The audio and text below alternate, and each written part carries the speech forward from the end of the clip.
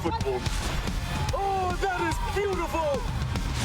That is one of the best goals of the tournament. It's hashtag football on 216. It's not DNA, it's RSA. What a fantastic goal that is! Champ of champions.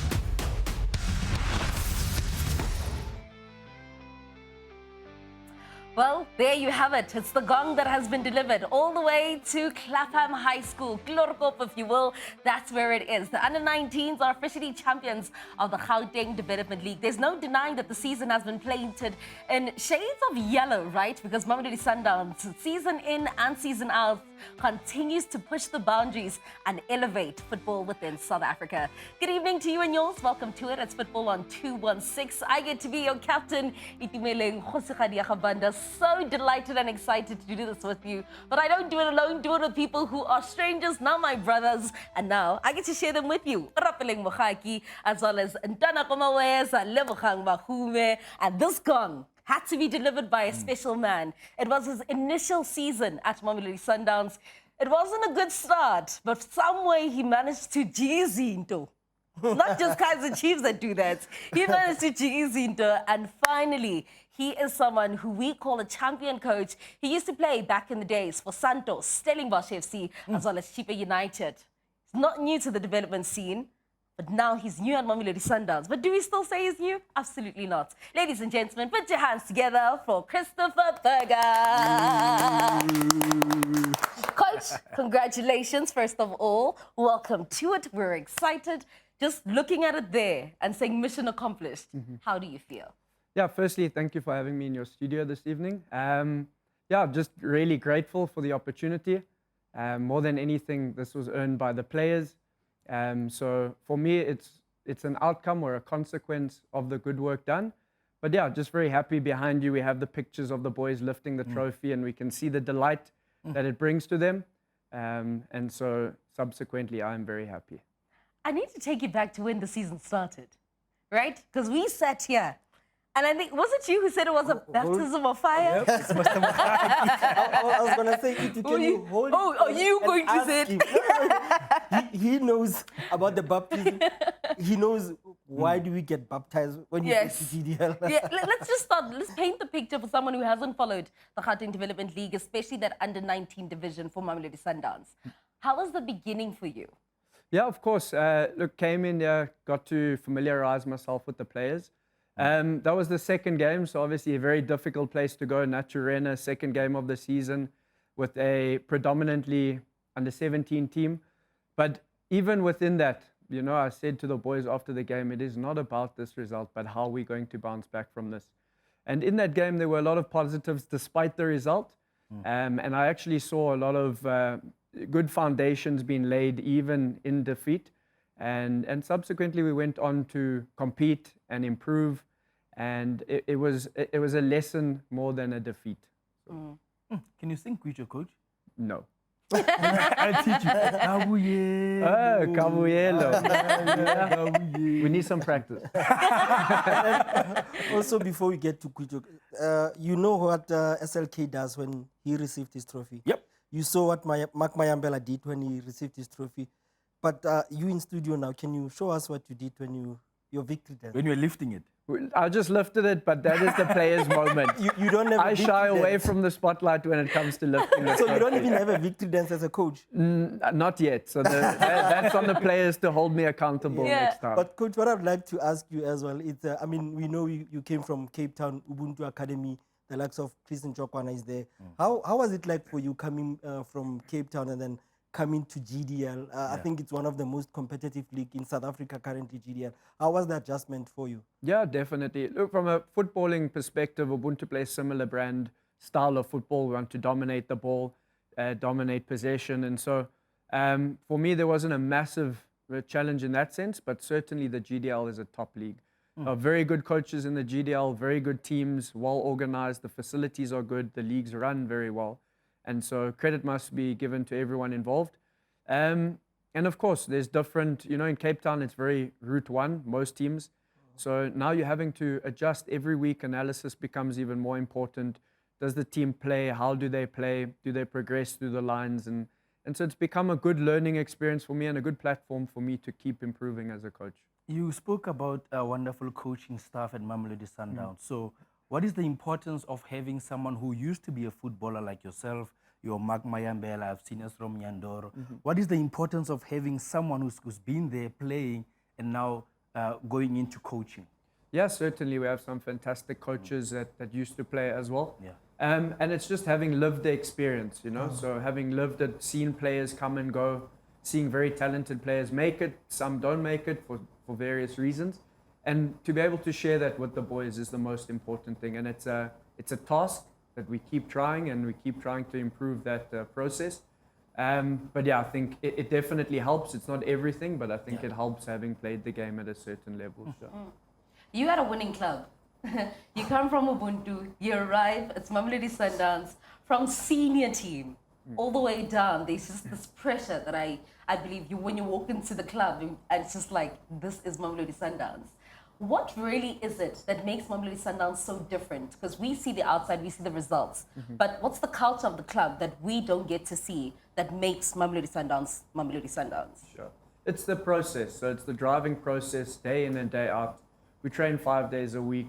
We have analysts, we have the strength and conditioning department. And so winning is just a consequence of good process. And obviously, as everyone, we can improve. We're heading in the right direction, but certainly it's been an eye-opening experience for me being in a club like this. Of course, the primary mandate is we want to develop players for the first team. We want to, through the Diski setup. But of course, there's also pressure on lifting trophies. So we make no mistake about it. We have to win.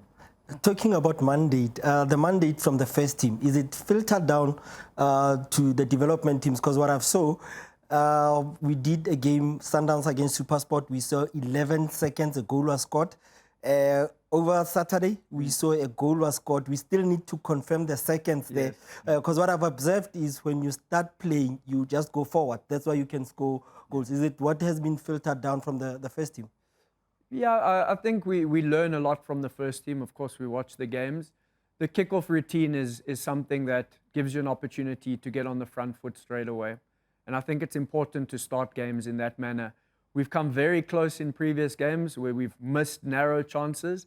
And finally on Saturday, I was very grateful that we managed to score in 12 seconds, that it paid off in the final game of the season, the kickoff routine. So Dogozo still has the record of quickest goal, yeah. Yeah, there it is. That's 12 seconds. Oh, wow. Yeah, It's actually 9, no? That's 9 seconds. Yeah, that's 9 might have seconds. it. So Dogozo Madondo's record has been broken now by a Lebogang Sundowns player. Lebogang Moswane, Patrick Vieira has broken that record. Yeah. It's official now. Yeah, there it is. Coach, I want to know from you, right? Well, that is playing though, because we are going to come back on screen. I want us to come to this picture specifically. Now, this is you holding the trophy and finally a sigh of relief. I know how it feels like to be a new girl in unfamiliar territory. When you arrived, this was unfamiliar territory. Everyone had whatever it is that they had to say about you, but you kept your eyes on the prize. What kept you going leading up to this moment? Yeah, again, I don't really listen to the noise. I think fortunately enough, that's another thing my playing career gave me, was that I don't really listen to the comments or don't search out for it. So I am actually not aware. It is news to me. I just focus on the boys, trying to develop them every single day, individually, as a team. And that for me is the most important thing. You know, everyone has opinions. Doesn't mean we have to believe them. But coach, now, because on Saturday, the games were playing concurrently. Did you have someone telling you what's the score on the Highland side? Surely. Looking also at your on your game that you were playing. Because before the game, I spoke to you, coach. I said, Coach, are you coming to studio on Monday? And the answer that I got was like you were unsure on what's happening. Yeah. But how was it like on Saturday? I mean, 2 games playing concurrently, 80 points. That decided the league. Yeah, I mean, we were just focused on what we needed to do. So I couldn't think about what Highlands Park were doing. It was clear for us. If we win, we lift the trophy. And so we needed to ensure that we do what we needed to do. We had our targets. We wanted to score 4 goals to take us to the 100 goal mark for the season. Fortunately, we just missed out on that one. But the other outcome was we wanted to win the game, and that was the most important thing at the end of the day. So, Coach, speaking of Highlands Park, I mean, they've been having the title for the last 2 seasons. So you coming on and then blocking that. So how does it feel to be actually coming from Cape Town now, your first season, and you break a record? Yeah. Yeah, I mean, firstly, Highlands Park, massive credit to them. Well coached, well organized team, pushed us all the way. And we knew at one stage there was 8 games to go. They were 3 points ahead. And I said to the guys, if they win the remaining 8 games, they deserve to be champions. But what we need to make sure is that we're right there, we're ready to pounce. We'll be hot on the heels. And if something happens, we'll be ready to take that chance. So, yeah, of course, feels good.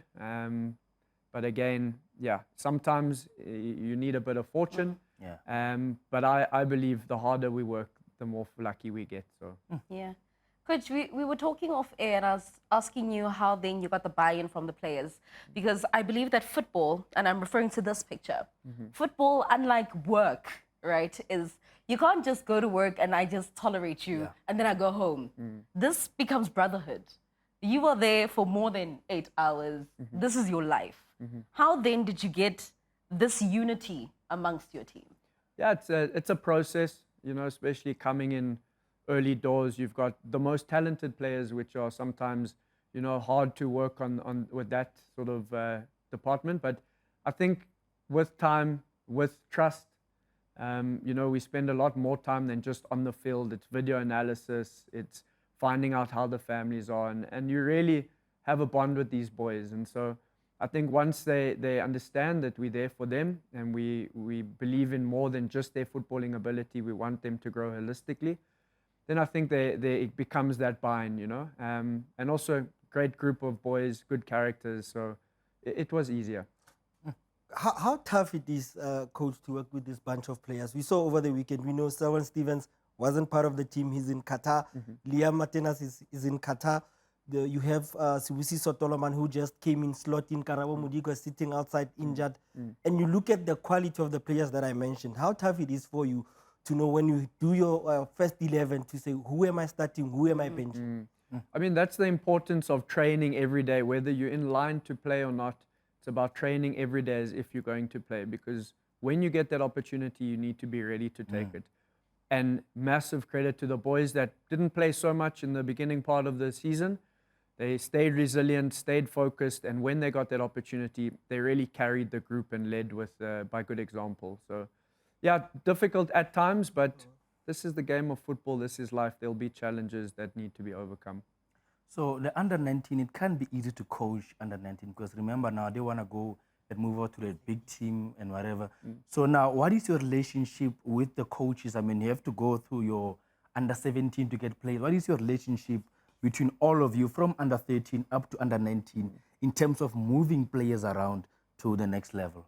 Yeah, the relationship's good. It is guided by our management, Paulo, the head of academy, and Coach Sam Mbata. So they guide the process, but the relationships are good. We've got a very good, competent technical team. We've got the specialist coaches as well, which play a massive part in that, the individual development. And then, of course, not only under-17s, but the Diski setup as well, because we have a lot of movement between Diski and under-19 level. So challenging at times, you know, training numbers can be low, but yeah, it's a good challenge and one that we have overcome and we are stronger for it. And Coach, I know as well now, I think in your team currently, there's a tournament coming, Al Ahly Cup. The boys are preparing now, going there, I think 29th of November. Like, what motivates you, like as a coach, to say, the boys, these are the opportunities? I mean, we know Sundowns is not only the big team in South Africa, in the world, Sundowns is a big team.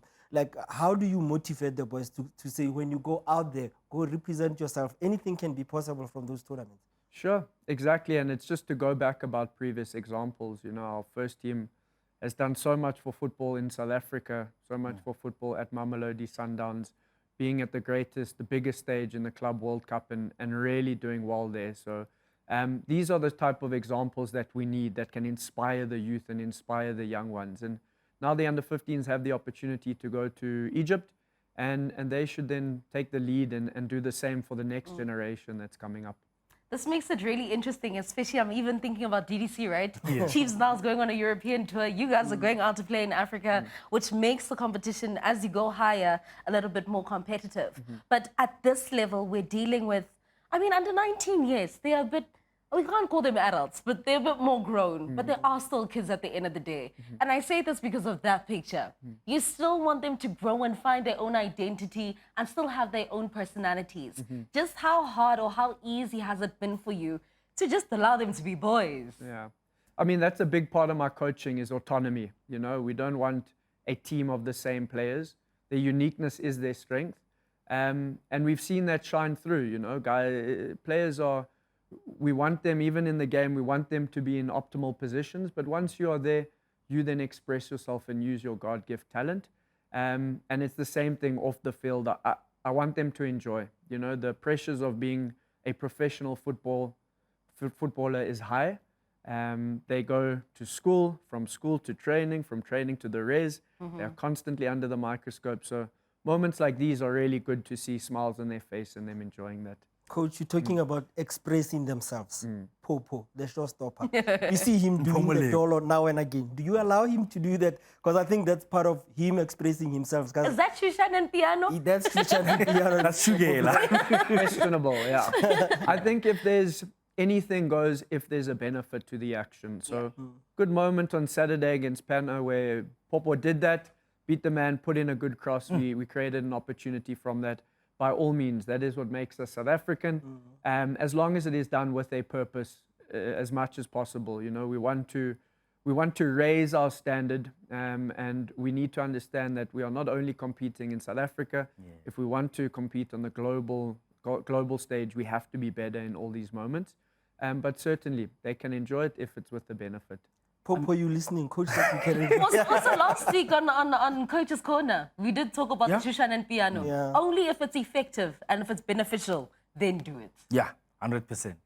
So, Coach, you come in from Cape Town. I mean, you come into MAMELODI SUNDOWNS. You look at the work they've done into development structures. They've got positional play, positional coaching in the development structures. What comes to your mind? I mean, you see there's a coach for the midfielders, the coach for the goalkeepers, obviously, the coach for the strikers. What comes to your mind?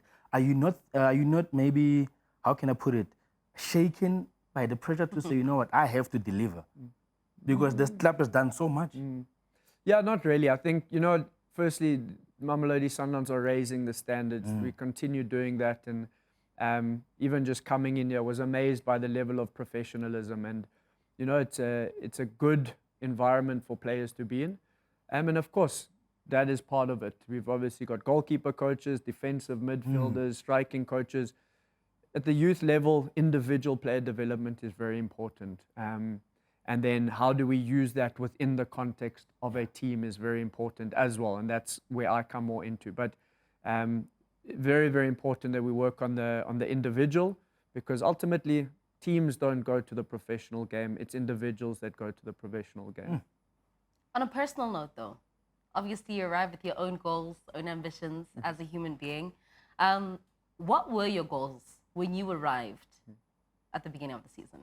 The league was definitely a personal goal, for sure. So that's a tick. One. I always say the duration of a season, you know, there's less margin for error on a league season because it's consistent. It's 34 games, and so the league was always the goal.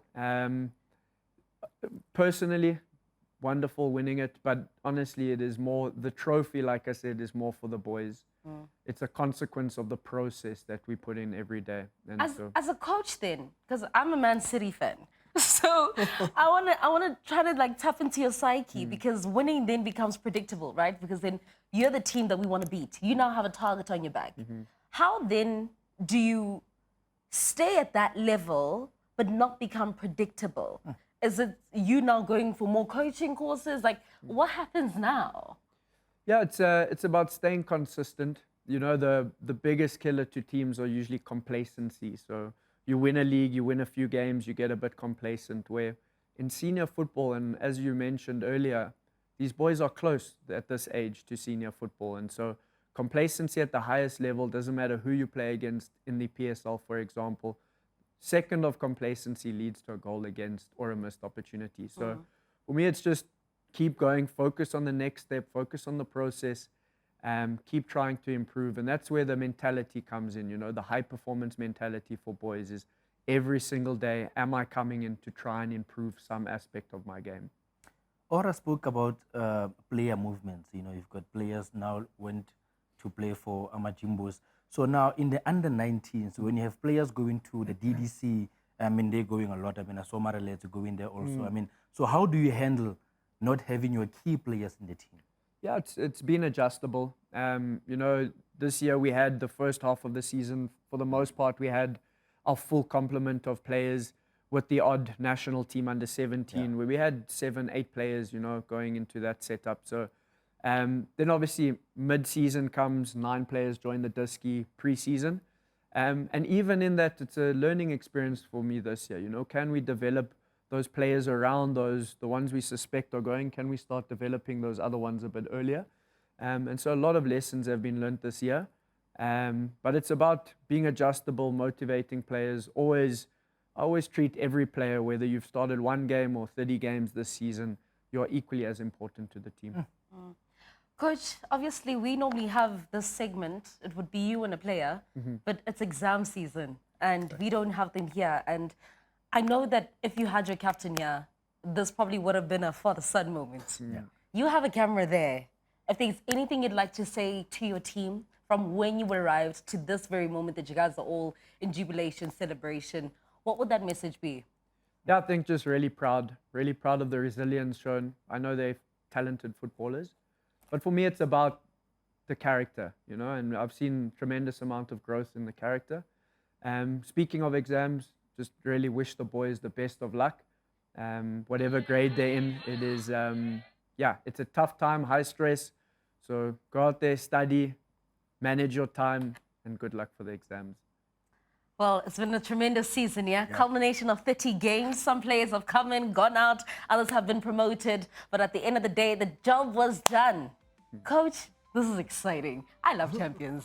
I love winning. I love winning. If yellow's not your favorite color, hopefully now it will be your favorite color. Last week we're celebrating the ladies. Now we're celebrating the under-19s. And as we see it, the Gauteng Development League just gets stronger and stronger season in, season out. If you missed that conversation, worry not. We got it for you right here on SuperSport Schools as well as SABC+. Go absolutely nowhere. When we return, we dissect those magical moments of MAMELODI SUNDOWNS. It's not going to be me, but we're going to have a lecturer sitting over here. Coscarino! He loves doing that. And we're talking about champions, so you want to come back.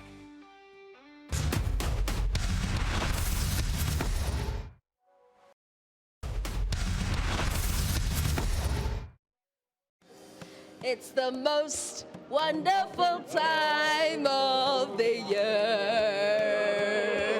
Well, Santa came early and he said that these gents have been on their best behavior, which means that they get to get Christmas clothes. But as you know, they don't get clothes from anywhere, they get them from Edgar's. Let's see as to how Edgar's, our Santa, is going to gift us. Let's go. It's the most wonderful time of the year.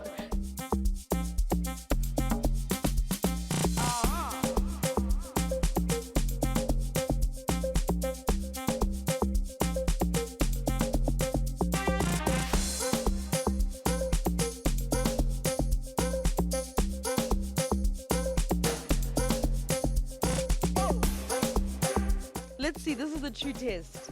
Will I fit into an 11 to 12 dress? Find out in the next episode.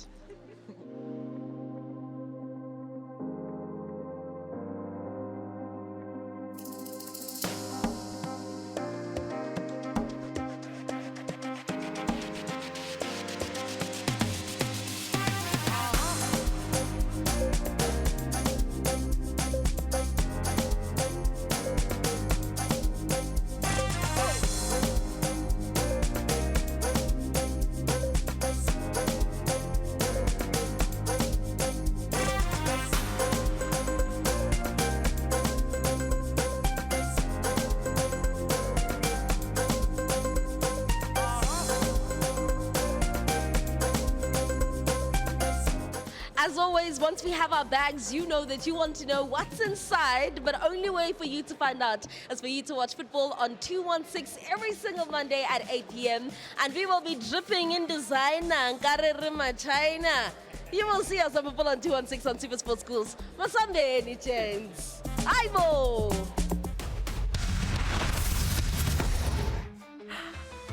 Well, it's always a good time when we link up, but we want you to link up with us out at any Edgar store. You can be dripped in whatever it is that you see on us whenever we're on the show. And one thing that we must tell you, because you are in luck, something big is coming. So whether you're shopping for the festive season, whether you want to gift someone, or whether you just like me or you're like us and you're pundits, you're on TV and you just want to look swaggy like us, go on into Edgar's, but also keep your eyes on the socials because something big, and I mean really big, really big is coming this Black Friday.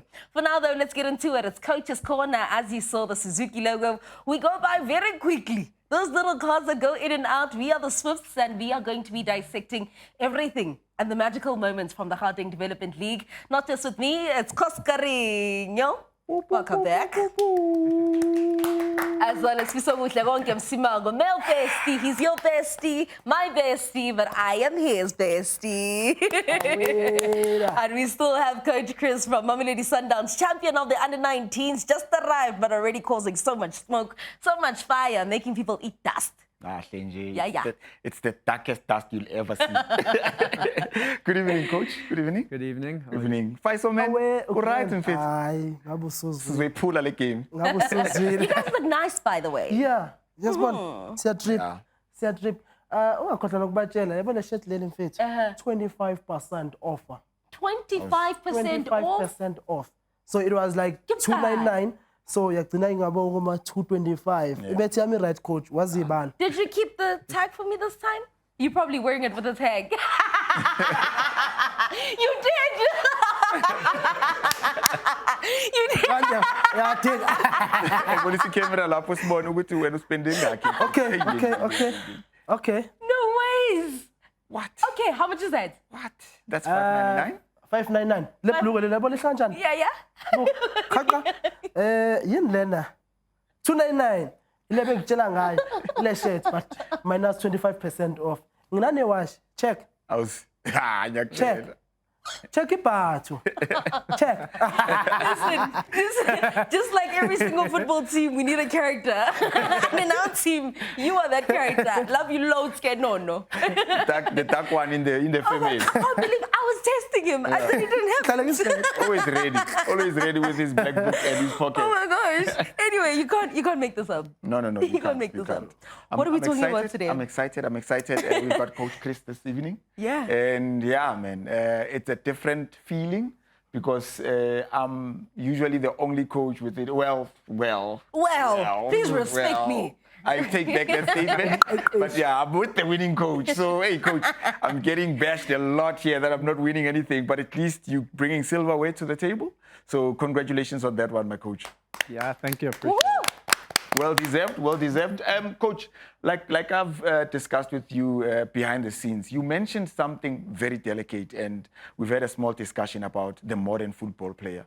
But I've been saying that a modern football player has to have multifunctional capabilities, and they have to be multi-positional. But in your own opinion, Coach, what is a modern football player compared to 10 years back, what we could have called a good football player? Yeah, of course, we've seen the insurgence of multi-rolled positions. So, for example, fullback that inverts, who would need the defensive ability as a fullback, but in possession would need to have the awareness of a midfielder. And so, particularly in development football, it becomes very important that we develop players to play multiple positions because we don't know one day who might coach them, what that coach might require from them. So, certainly in development football, absolutely, but you see a lot of it in the modern game too. So how then do you do it at development level where you can see that it is coming in, my strength is defending, but you still want to make me a versatile player? In some games, do you make me play a different position? Like, how does it go from development level? Yeah, exactly that. You know, you have the authority to change positions, but also taking into consideration what is this player's strength. So can we develop him in another position that his strengths will shine? So that is exactly where the inverted fullback is somebody who's very comfortable in tight spaces with pressure on his back. Can we now, okay, let's see him inside to develop that side of his game.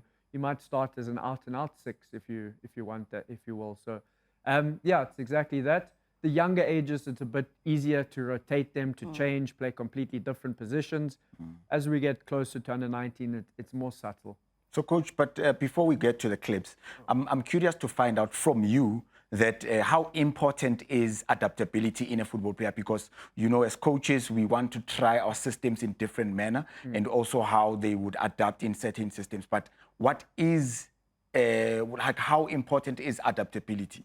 Yeah, it's everything, really. You know, when you get to professional level, you have to adapt not only to footballing side, but you might have to change province, change location, different languages, different culture. If you're going abroad as well, if you're going up Africa. So it's good to have adaptability in all forms of your life, but certainly on the field, to be coachable, to have that adaptability to play multifunctional roles is very, very important. Yeah, top stuff. So let's get to the first clip. But Coach, it's a segment whereby I dissect the type of play that your players are presenting onto the show. And I want us to have a look at this one. And before it finishes, I just want to go through it and just curiosity, Coach. We're taking the ball to the wing before we take it back. What is the thinking behind that? Because as the ball comes back now, I see an empty space on the other side. And that empty space, it is exploited by a gifted player that can strike the ball. And how he strikes the ball, let it play, but how he strikes the ball, it's what matters to me the most, because it reminds me of Vincent Kompany when he won the league for Manchester City. I recall. Yeah, I mean, the game context is important. So at this stage, SuperSport were a man down. So they were a very compact unit. So what was important for us is that rotation, to move not the ball for the sake of moving the ball, but to move the opposition. Then the positioning of our centre-back who finally scores the goal, is about squeezing the field, making sure that we're as compact as possible to prevent those transitional moments. So that for me was very important. Interesting, he said, centre-back who scored that goal. 100%. The risk of having him that high up, let's talk about that. Yeah, I don't see it as a risk, because the higher we squeeze, the better we are in possession. We're nullifying their transition. So it's only a risk if we're not controlling that space in between our rest defense and our attack. But in this instance, we were comfortable enough. SuperSport were down to 10 men. We were comfortable enough that we can do that. Faisal, we are dishing out the good things here. Vincent Kompany, exactly the same position, exactly the same technique, exactly the same pedigree of a game, because SuperSport United versus MAMELODI SUNDOWNS, a big game to play for. And this, I think, was a cracker for me. Yeah. Mina, Coach, I want to know that looking at these MAMELODI SUNDOWNS, you just came in. Do you see your philosophy there, or do you think that MAMELODI SUNDOWNS philosophy, or when you're watching the football, you see that, okay, this is me, this is my philosophy? Because every coach has a different philosophy. Yeah, certainly you work 5 days a week with the boys. You see your blueprint, imposed. But the reality is that Sundowns have always played a very similar game. They want to control, dominate possession, create as many chances as possible, score as many goals. And so not much changes there. But I've seen from the beginning of the season, I know we've heard baptism of fire, but we've seen the improvement from that day. And so particularly against the ball, the high press, we've seen a lot of improvement in that aspect. I think we need to jump onto the second one, Coach, again. And this is a fascinating conversation that we are having. The second clip now, I want to speak about the overload on the left. Your team, I've watched your team several times, Coach, and what you do is you attract one side to exploit another. So in this clip, I want us to have a look at the 2v1 on the side. What is happening here? We have an overload, but look at the opposition. The opposition is facing one way and the ball is going to another. Is that intentional from you and your players and how you structure your training sessions? Yeah, of course. The start of that, every action requires mobility and support. So we want runners beyond the ball, attacking the depth, which we've seen, we've done well there. And then again, we don't just switch the ball for the point of switching the ball. If we have a 2v1 on the ball near side, then we have to use that 2v1 because it's there to be exploited. And so You as see the that game run, goes, that run.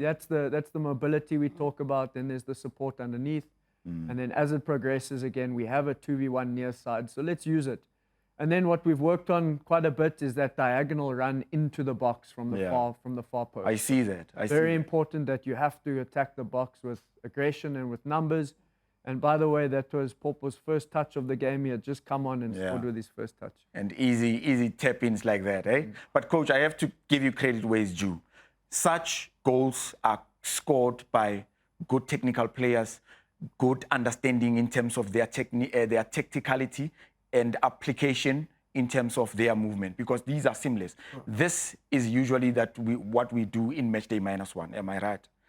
Yeah, that's correct. And these movements are passively done in terms of them getting used to it. But that's why I'm saying I have to give you credit where it's due before we jump on to the next clip. But Koska, I want to go to the opposition then. We know Mamelodi Sundowns is going to play on the wing. They're going to use their wing play. They're going to cross the ball in and you tap it in. How then do you plan for that? Because it's like, as you say, they're facing the other way, but you know the ball is going to come that way. Let's get the clip rolling again. But look, it's not a matter of us knowing how Mamelodi Sundowns is going to exploit wings. They've got good technical players. Look at how the ball goes to the wing. How many players are attracted? And that run behind you. You see, there's 3 players closer to the ball, and those 3 red players are closer to the ball. Now we're getting in centrally again. We are taking it again backwards. Now, on the side, there's a 2v1.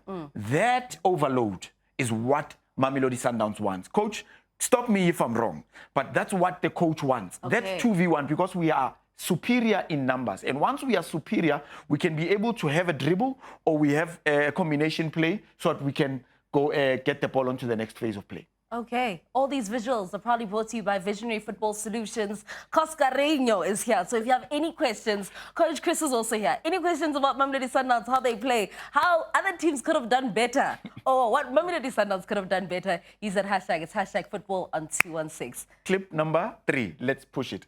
Coach, so this one, again, I want us to have a look at how your team is pressing. Again, these are moments of the game that have defined your success within the game of play when it comes to the under-19. And I know we've spoken about the baptism of fire, but here, your half and half, the zonal defending of your players is so disciplined in such a way that the distances in between are so thought of, like they are well thought of. So I want to understand from you, is this again intentional on how this is done?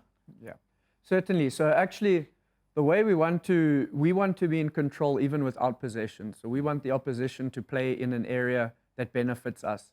And so in this moment, actually, when yellow presses, our right winger presses, he doesn't close the cover shadow. So ideally, we want him to use his cover shadow not to allow that pass out wide. We want to force him into a central area where we feel, okay, you win the ball there, you're in a more advantageous position to then transition. So here we win it in a central position. And like the beautiful visuals show, we are now in a better position to transition into that space. Yes. But the other key is that although we didn't win it on the first press, a principle is we require multiple pressing actions. And that is very important, that you might not win it on the first press, even the second press against very good teams, even the third one, but it's multiple pressing actions that then give you that opportunity. English. Top English, stuff. English. So I know what's the question. English. And Coach, look, me and you, we understand these terminologies, but for the Okay, viewer, let's ask the question. okay, but for the viewer at home, I want Khoshirani to, because she's the one who's definitely posing questions to us. English. Did you know? What's a cover shadow? Coach, for the regular. Yes. What is cover shadow from the both of you? Yeah. I know you're going to give me the textbook definition. Okay, maybe let me go first. So, Okay. if we can roll the clip again, the first press, as the coach has explained, the first press was not successful. So, how we want our players to press is we want them to press in a diagonal manner. So, when you are pressing, you see the yellow ball, the yellow teammate that's on the ball. When he presses, he needs to shift to his right to actually close the pass that's going onto the wing, so that we close that cover, we cover the shadow so that they can come inside. But since that action is not done, then that passage of players has moved on. What? Cover shadow. Cover shadow. That cover shadow, yeah. Coach, Maybe can explain I need you it to better. put it into like layman terms. Yeah. Under 13. Coach, by the way, spot on. But it's, imagine there was a shadow on your back. So Okay. there's a shadow on your back. The idea is that I can mark two people at once. I can mark, go and press whilst covering, because he cannot play the ball through me. So it's blocking the passing angle whilst applying pressure on the ball. So that is the idea. Okay. So you're jumping onto the passing lane. So if you have a player here and a player here, so this player must pass to that one. Now, when you're jumping onto the line of sight of the ball, then you are cover shadowing whatever that is happening there. So the pass is not going to be successful. Well, if you didn't know, now you know. Looking at that clip, Coach, I see you guys always play like same football, whether you guys are short or what. There is no Steven Selwyn. There is no Kamogelo Marlete. How do you then adjust? Because these are your, first team players that plays there. Yeah, I mean, you can adjust structure, but the playing principles don't change. Okay. So it doesn't matter who we have on the field, the playing principles remain the same. Maximum intensity against the ball is something I mention every single game, is that we need to limit time of the opposition on the ball as much as possible. So in that instance, it's the pressing. We have players that are all capable of doing it. It's just about the willingness and the desire. Missing 8 players to the national team, coach. Yeah. It's a lot of players. And That's the whole team. Most definitely possible starters in your team. Yeah. But adaptability, adjustments to the ones that are coming from the bench. Yeah, of course, and credit to them. We didn't see much of a dip with those ones that came up. The resilience is needed when you go into the professional game. It takes me back to my career where I played one game in 6 months at Chippa United, and I was told the next day, okay, you're playing Mamelodi Sundowns in a new position that I'd never played before. Yeah. And you just have to be ready to take that opportunity. And so that's a testament of mine that I've shared with the boys. And to their credit, some of the boys that didn't start the season ended up becoming the best players for the team and really carried us over the line at the end. Top stuff. Coach, let's move on. Now, this clip is your team against Jomo Cosmos, a very disciplined team in terms of their this is what defending. Clapham looked like before. So let's not forget. So, Coach, here, I want you maybe to run me through this. This is a third-man run. And this, to me, is quite a good run when you have a look at it. I want us to replay it again and stop it when that third-man run is playing. But as you see, the cross, the cross is being played. So, Coach, in your mind, when you see such actions, and I believe this is perceived from the training session, but when you see such actions happening, like what's happening in your mind? Yeah, that is a very good example, again, of that mobility and support, that interchanging of positions. So one coming short for the support, and then another one going in behind with the mobility. So I think that is fundamentally a basic principle is, let's see, and they're communicating to each other These lines, I before. want us to pause it here, yeah. They've spoken about it, they've showing, and then the player inside there, Toloman, has the engine, has the capacity to run in behind. And so that is all the communication on the field. BK Maremule on the ball now, knows the strength of Toloman, knows that he has the ability to run in behind. What needs improvement is now on the far post, we need that diagonal run to 100%. get in there. We are still too wide, receiving it for another cross instead of a finish. So Coach, as a left winger, am I supposed to be there, or who's supposed to be there? Yeah, the winger needs to diagonal his run. So what I do at training a lot is cut the field from, say, the small box line out wide. So it forces, or the constraints then force the players to make those diagonal runs into the box on the ball far side particularly. So when the attack's developing down the right, diagonal runs into the box on the far side. Koska, you said third man run. Yes. Terminology is a very big thing in football. Okay, top. So the definition simply of a third man run is you will have the man on the ball, and then you will have the first runner that's running. So that's the second. So the man on the ball here, and you'll see the highlighted player that is about to take a run. The one that's coming short is the second runner, and then the third man run is the one that deceives. So when you pause it here, the one that's taking the run, that's actually the important player for us. But if that pass is not played there, we can combine with the first man so that the third man can get into space. Okay. So psychologically, if you're not fully aware as to what's going on, the guy who's coming in, you're marking him as opposed to the one who's running behind. Yes. So basically, we're creating multiple options in terms of getting that pass through, you know. And obviously, when he's coming, it's either a bounce pass. Coach, again, you can stop me and correct me. It's either we bounce it back to the ball carrier so that there's a destabilization that's happening centrally, and then we can play it over or we can play it around. Yeah. Okay. Oh, this Let's go to the last interesting, dissecting it like this. Yeah.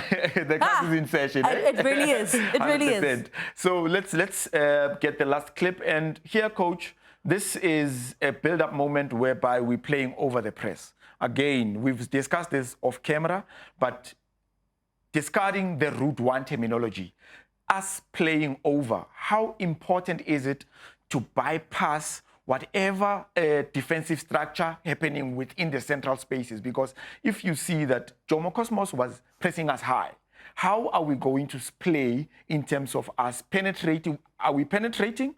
Are we playing over or are we playing around?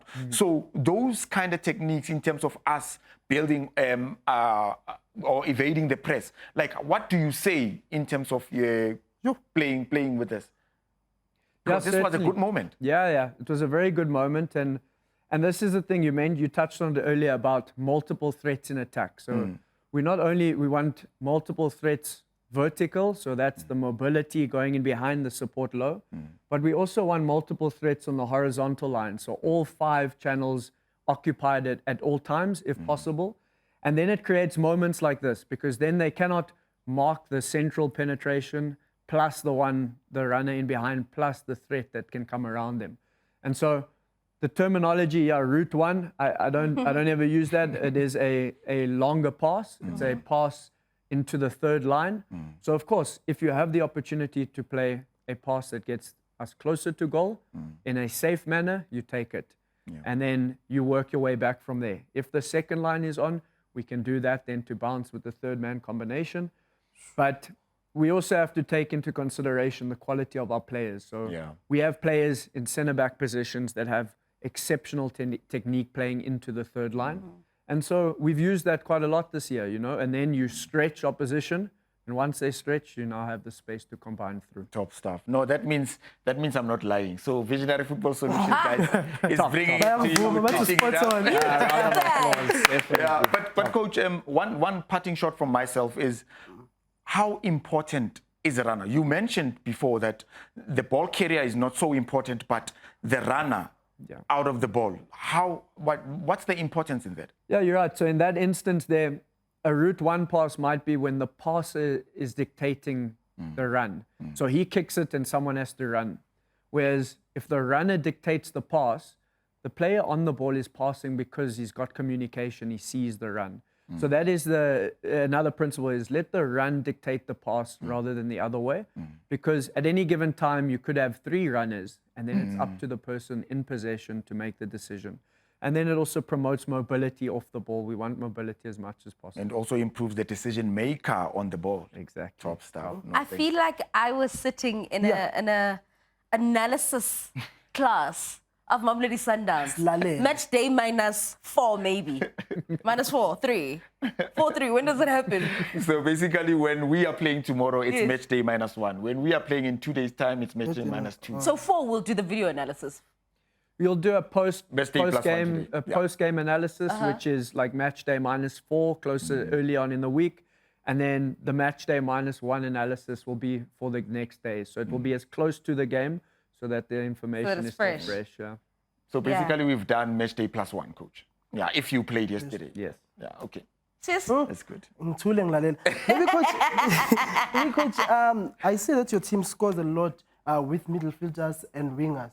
Do you think maybe in modern day football there will be no need for strikers anymore? Because your team is always midfielders, it's always your Tando Singo, it's always your Yellow, and then there is a Tebuko Moriri. Yeah. No, there's always going to be space for strikers, definitely, without a doubt. But it goes to the point, multiple threats means we have to have midfielders that can score, winners that can score, strikers that can score, defenders need to score from set pieces and corners and these type of aspects. So, yeah, definitely not. I think, the way we want to develop players is that as many people on the field can score, have the ability to score, because at the end of the day, they make the most moolah. Exactly. Alrighty, just like that. That's where we finish up Coach's Corner. 100%. That was an insightful one, possibly my best one yet. Coach, you're not going anywhere. We're going to come back with Coach and we're going to wrap up the show. We're going to look forward, probably reminisce as to everything that's been going on. It's football on 216. Don't touch that dial. They're like 4 minutes left of the show. Rabuya, like now. Welcome back. You're still watching Football on 216. Celebrate 30 years with DSTV, and something exciting is what you could win with us. Well, you want to find out? Take a look at this. I know you know that Premium has it all. It's showtime, baby. Wat ga je offer, man? Just for staying connected. You get 4 streams and everybody can enjoy. That's 2 extra free streams. Did you know you also get Premium rewards? Stand a chance of winning an all-expenses paid trip to the Premier League, Formula 1, FIFA World Cup 2026, the UEFA Champions League final, and a lot more. So what are you waiting for? Let's celebrate 30 together. Well, it's 30 years, right? We've been bringing you 30 years of great sport right here at SuperSport. I was going to ask you two as to what your favorite moment has been over the past 30 years. Swiso, unfortunately, maybe I've got only 15 years with you. Yeah, chances are. 30 years. Your favorite sporting moment? Khumbula sine World Cup. Okay, Sine fair AFCON. enough. That's one. That's one. Yeah, then yakhumbula ama Springboks. Yes. Masipula iloki World Cup. Yeah. Sends it back to back. Back to back. Yeah, yeah. Siyakolisa. Hayi. Getting his 100th this weekend. Yeah, bethu 100 yeah. Yeah. And then siphinde sabashaya futhi. Sabagcwalisela ukuthi no, hayi ukuthi besinidla ngamalo ngama chance. Bashaya futhi. Yeah.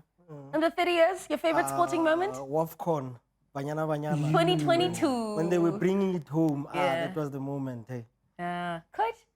I've 30 got years. 2 moments. Of course, the Springboks winning the World Cup was an incredible achievement.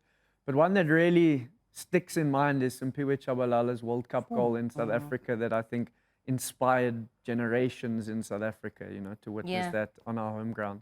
Yeah, it was exciting. Shaba Day. We still celebrate it to this day. We're hoping, really hoping that something is going to happen out in Mexico, funny enough, when we go next year. But as you know, that our under-17s are currently in the round of 32 as far as the World Cup is concerned. Closer and closer we're getting there. Coach Vela Kumala and the boys are really doing it. We knew that group stages were going to be easy for us. We did that. Now round of 32.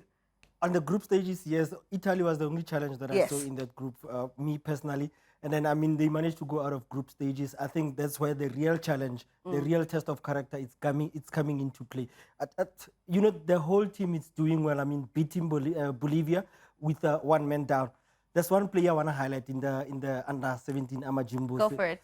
Haware Sakalavuma. Sean Yeah. Els from Sevens Academy. Yes. Going to Kaizer Chiefs, making it, going to DDC team of Kaizer Chiefs, Yes. scoring goals, now playing for the under-17 World Cup.